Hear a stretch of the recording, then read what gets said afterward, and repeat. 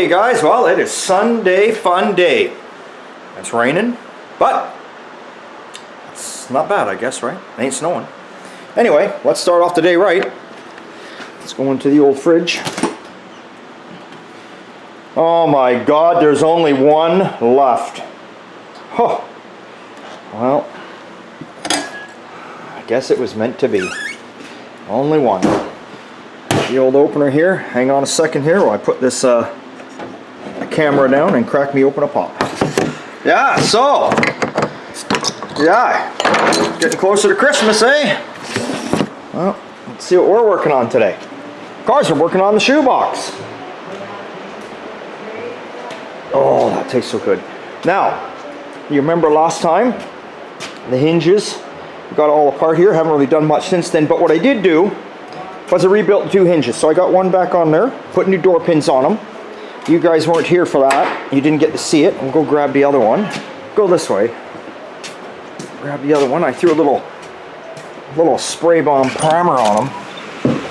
Just for now. I had it hanging here somewhere. There it is. And yeah, so I put new pins in them, and away we go. So my step here, like I say, is I'm going to put the hinges back onto the door. I'm going to put the door back on. I took off the striker. When you line doors up, you put your door on out your striker, and you get all your body lines lined up all the way around the best you can. Then you put the striker on last. That's the way we go about it here at Old Time Garage, and it works for us on every customer car plus our own personal cars. Because the whole idea is to get the body lines in line. If you have the striker sitting on there right now, it's just going to give you grief. So that's what I'm going to do here. And, well, I'm going to screw that on and see what the hell goes down. Okay, so I got the door back on here. And, I don't know if you guys can see this, but you probably can't. But when I grab it, I don't know, there's no up and down movement. You can see I'm moving, the whole car's moving. Pins are fixed. So let's see how she's sitting here.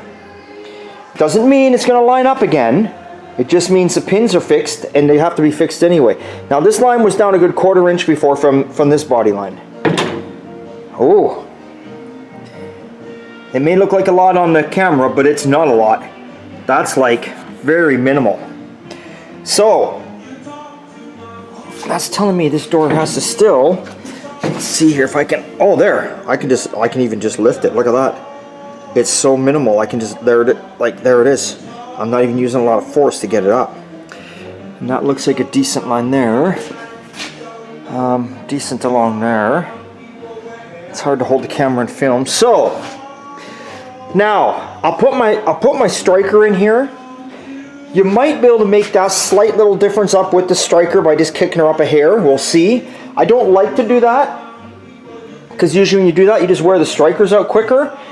This is why I leave the strikers off, like I was saying to you, because you want to fit your door and get your body line perfect. I'm going to just loosen the hinge off of here.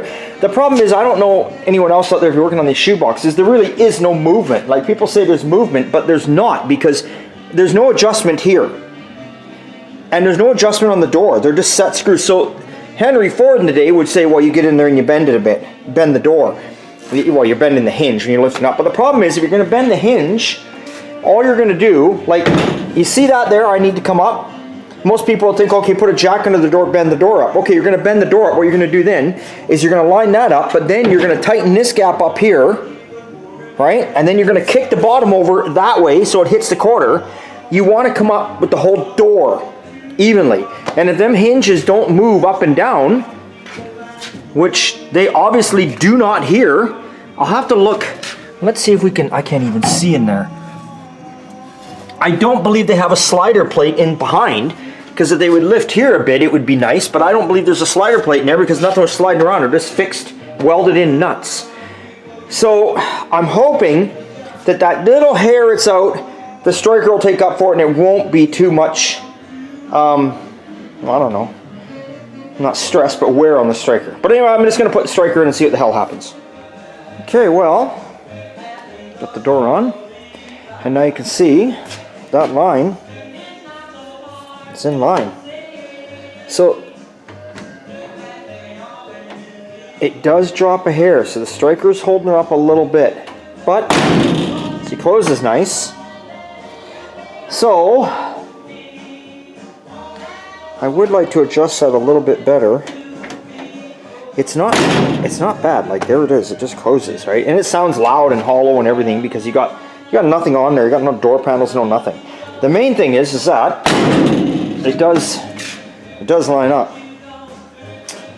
So what that tells me is the body line's lined up. That's all lined up. So I can now at least start by cutting the rocker, because like I say, you want to have the door up where it's going to be, so you can make sure the rocker's dead even on there. You want to have a nice straight even gap on the bottom, you know, like I'm talking like this gap down in here, right? You want to get that nice and even. So, and you always want to make sure in your doors that your door edge is in line with your rocker. Now someone has replaced these rockers, so you don't know if something a little funky's going on there too, right? But I'm pretty happy at the door. That door was down a good 1/4 of an inch before I started, and she's up there now. So I don't know how it's looking in the camera here when I'm filming this for you guys, but you have to trust me that the body line's in line. So I'm going to leave the door on for the moment and start thinking about how I'm going to cut this rocker, what I'm going to do here. Okay, one inner and outer rocker taken off. Got to clean it all up in here now. Clean all this up. As you can see, there's some rust in behind here, which you want to fix out while it's apart.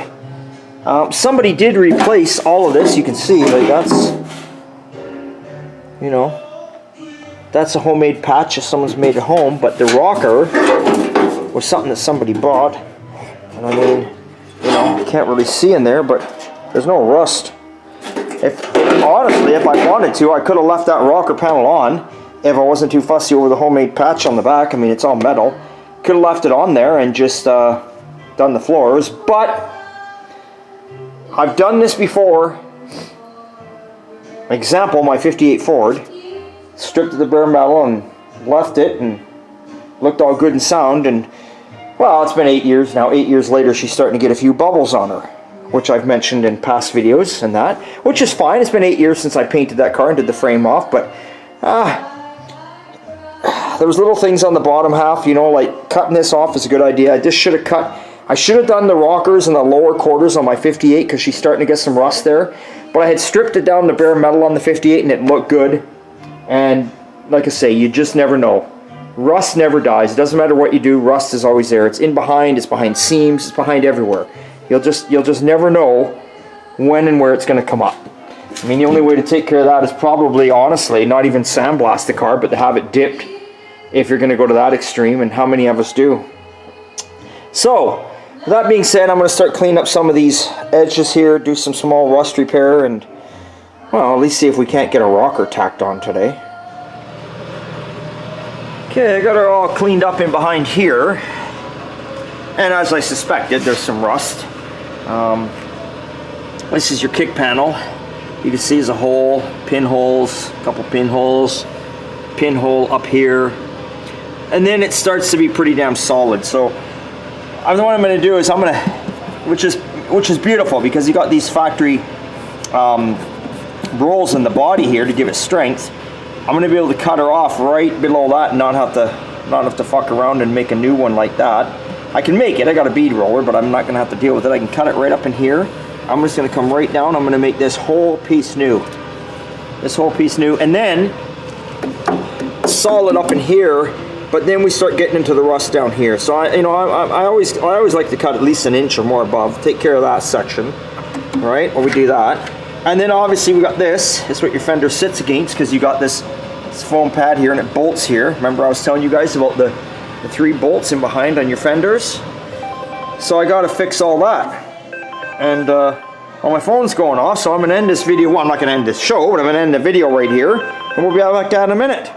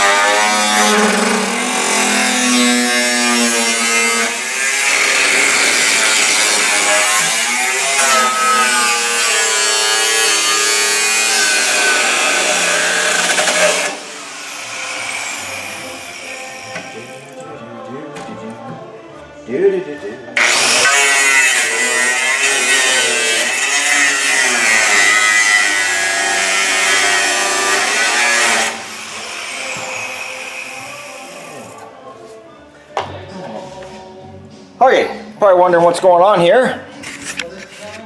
Well, as we said, it's all rusty and rotten in here.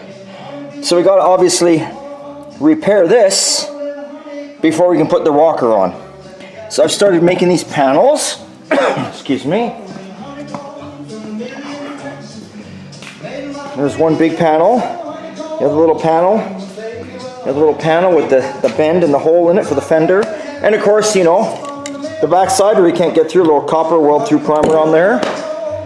So that's what's going on right now. So I'm going to finish cutting those away, drilling out a couple spot welds, get all that out of there, and then you got to clean up all the back side and see what's going on there. And let's pray to God there's no more rusting behind there. This is what I mean. You never know where rust is. It can just keep going and keep going. You see that and you think you're going to fix that, then you get in behind there, and what that's attached to is rotten too. So you just don't know. But let's hope it's all good. Okay, well, it's all cut away. Everything's out of there. Cleaned it right up. Put my weld through primer on there. Again, if you're new to this, why are you using weld through primer? Because you're going to weld this piece of, you're going to be welding to this piece of metal. So you're going to be butting a piece of metal together there. You're never going to get nothing in between there ever again. That's why cars rust. And this is where I'm going with rust. See how solid and clean and all this is? We all know guaranteed though, between this piece of metal and this piece of metal, there is surface rust underneath here. It's just a matter of time. You're never going to get it out. You're never going to get rid of the problem unless you cut the whole thing apart. Some people say, why don't you do that? Well, then you may as well cut the whole bloody car apart everywhere and have nothing. Just a bunch of pieces laying on the ground. So like I say, that's where acid dipping might come in handy. Then try and get some chemicals down in there after, spray some shit in there. Another thing we used to do in the day when I didn't have a lot of money and I couldn't afford a lot of stuff was I would keep any leftover paint I had laying around the house, believe it or not. And when I was done for the day, I would lay down sheets of newspaper, cardboard, whatever on the ground, and I wouldn't pour a lot, but I'd pour whatever, it didn't matter what color. I'd pour my leftover paint in all the cracks and seams like this, and it would drip through. And that would tell me something got in between there. And of course it would have all week to dry till I came back to it next weekend. It's an old trick, lots of people still do it. But anyway, back onto the car. So now I'm gonna start holding pieces up. And again, you see all these holes? I don't know if I can hold this here. Well, I can't hold it exactly, but see that? See, it's gonna plug weld right there onto this. So anyway, I'm gonna start welding some of this together. First, I gotta get it all clamped in, and you know, put it there, put it wherever, and see what the hell happens. Let's give it a try.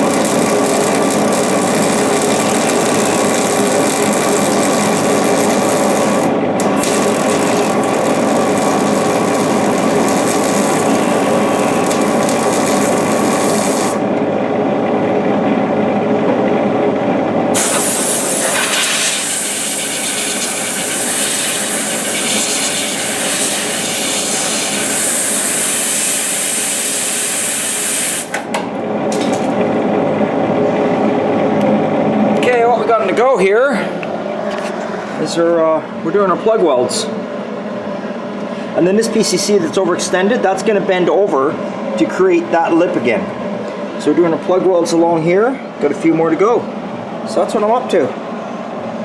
And I can see there's one little spot I missed right there, so I'll just get that little zap of the welder and away we go. Alright, well there we go. Run front corner rebuilt. My Sunday fun day, I was hoping to get the rocker on, but we've done a lot so far. We've mounted the door, done door pins, put the door pins on, put the door on, cut all the rust out of here, fixed the rust there, got the rocker off. So where are we going to go next? Well, I think we still got some time to play. So our next step, we've got that door just lined up beautiful. Look how nice that opens. Look at that, watch us. Wow. So our next step, before we can put our rocker on, sit boo-boo, sit. Okay, is we got to deal with the rust in here. So I'm going to end up cutting this out next, making a piece first, cutting it out, and doing that. And then we'll get on to the rocker. Well, so we hope. Okay, well, let's see where I can go from here.